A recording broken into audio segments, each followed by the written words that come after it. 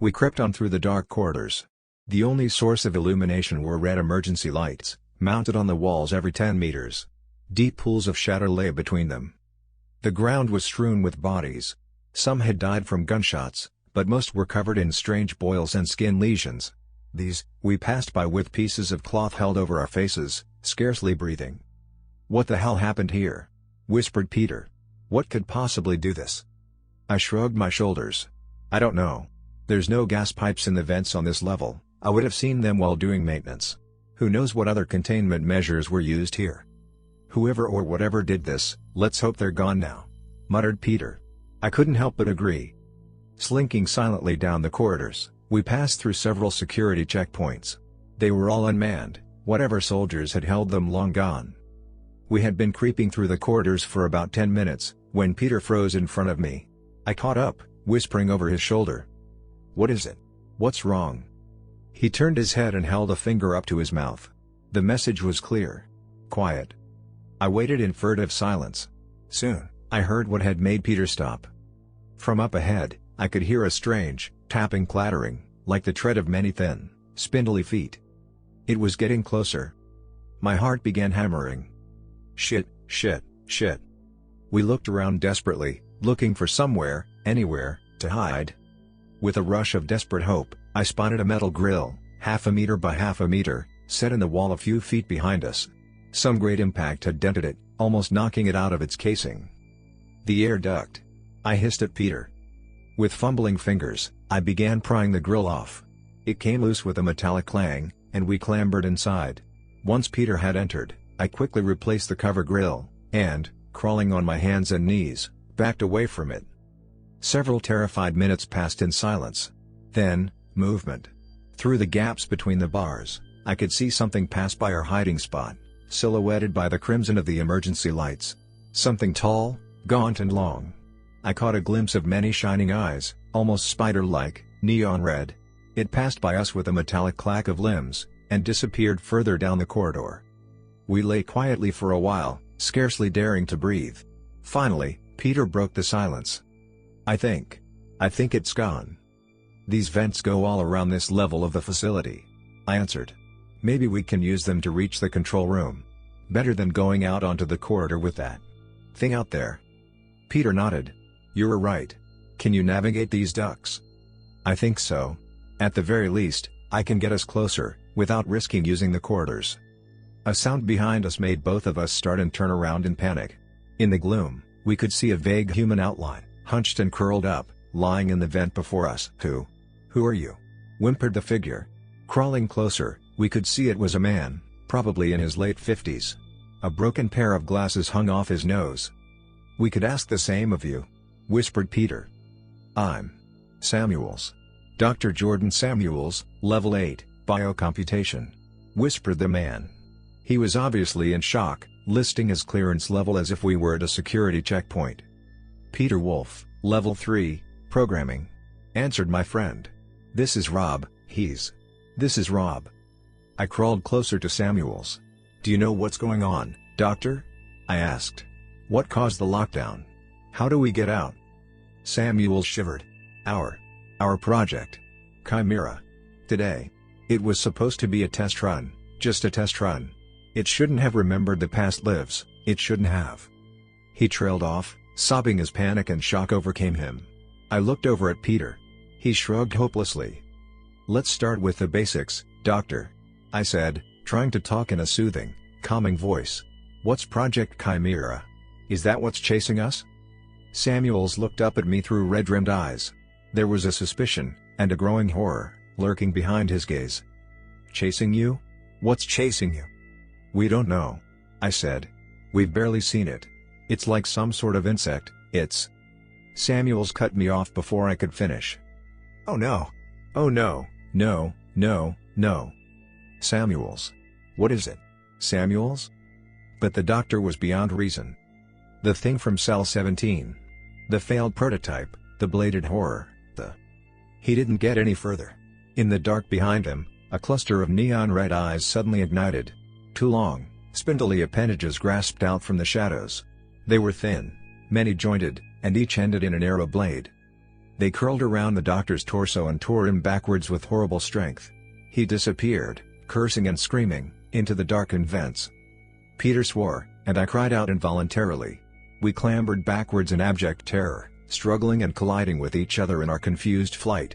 My back hit against the vent we had entered through, and it gave way. We tumbled out onto the corridor. For a while, horror overcame us. We fled through the corridors, knowing not where we were going, only hoping that wherever it was, it would take us far away from those bladed legs and red eyes. Finally, reason returned to us. We halted at a crossroad of corridors, the floor covered in the massacred remains of a security team. They had been mutilated horribly by something, their bodies covered in long slashes and cuts. We panted and gasped, slowly regaining our composure. The facility was silent around us. For now, it seemed we were safe. "Did you see what got him?" I asked. Peter shook his head. "No. You?" "No, just blades and eyes." "What did Samuels say? The thing from cell 17? I don't like the..." Peter trailed off, frowning and looking down at the dead soldiers. "These guards. Their HUDs are still active." "HUDs?" I asked. "How do I explain?" "Think a sort of overlay, projected on their faceplates. It tells them where the other members of their team are, what their objective is, things like that." I nodded, not really understanding but in no situation to learn. "What good is that to us?" I asked. "Perhaps they had some information about what triggered the lockdown. Or maybe they have a complete map of the facility." Peter said. "Give me a second here, Rob. Maybe we could finally get our hands on some information." He knelt down by a dead soldier, prying off the man's helmet and putting it over his head. While he tinkered with the helmet, I knelt down and picked up one of the guns strewn on the ground. After a while of searching, I found another, and two almost full magazines. After a few minutes, Peter took the helmet off his head. "Any luck?" I asked. "Yes. The helmet was damaged, but I managed to do some magic and find out what they were doing before this happened to them." He gestured down at the massacre around us. "It looks like they were tasked with destroying this floor's control room, to prevent anyone from lifting the lockdown. It seemed they were successful." I froze.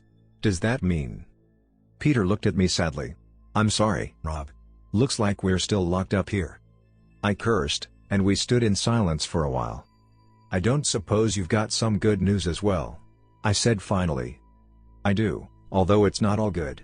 There's another control room with a similar level of clearance."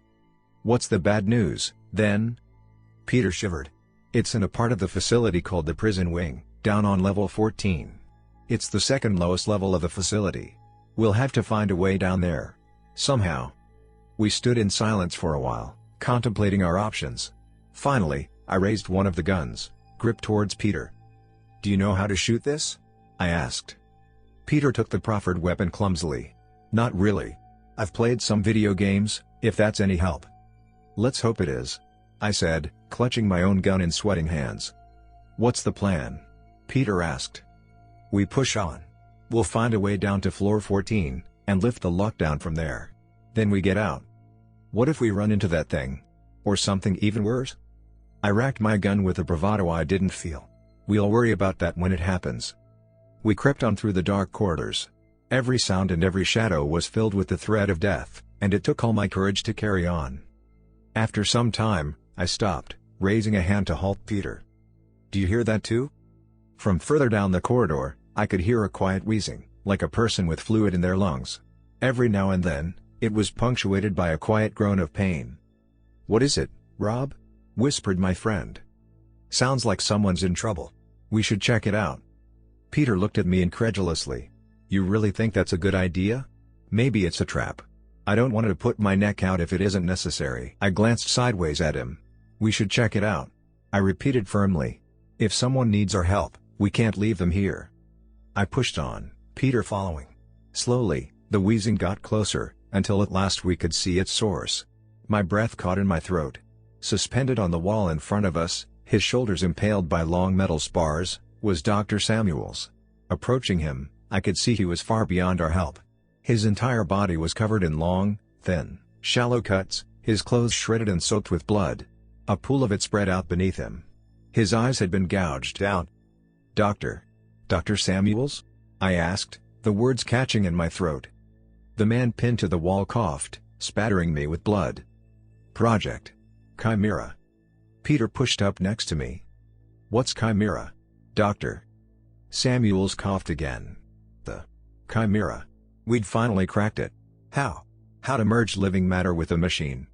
He wheezed again, his head drooping. He didn't have long to live. Chimera. It remembers. Not much. Only the pain and rage of the biological matter. I looked up at Peter, barely able to follow what I was being told. The doctor whispered, and I had to kneel down by him to hear his last words. You have to stop it.